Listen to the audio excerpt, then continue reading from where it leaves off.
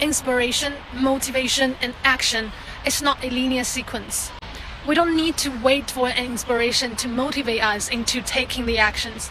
A lot of the time when we feel down, we know exactly what we can do to build up the momentum needed to get us out of the rut.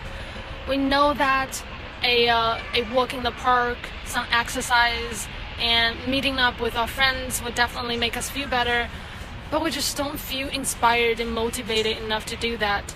Instead, we just lie on our bed and feel the bitterness growing inside of us. And it's the same case with a lot of other problems we face in life. We know exactly, like deep down, we know exactly what we can do to solve the problems, but we just feel so exhausted and unmotivated to start doing the thing. And for me personally, I'm a victim of a sedentary lifestyle, and I know very well that I need more physical exercises, preferably outdoors, but I always have the perfect excuse not to. It's either that I'm physically tired or I feel mentally drained. And sometimes when the weather was inviting, like today, we have this blue sky and warm breeze, I became tempted to go out of my cave and maybe take a stroll in the park and feel the fresh air.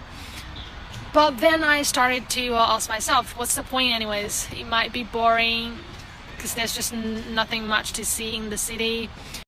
So I convinced myself. For most of the time, I just stayed at home doing the usual thing and feeling awful about myself and about missing out this beautiful weather.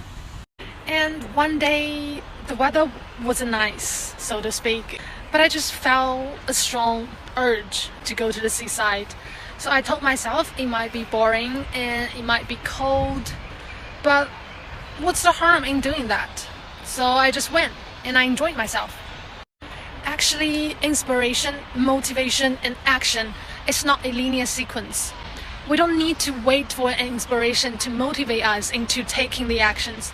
We can just start by taking actions, and the actions itself may inspire us to be more motivated to do more. If you want to learn English, just go open a podcast or an English video. It might be boring, or it might be inspiring. Who knows? For better or worse, you gain some English input, and that's good, right?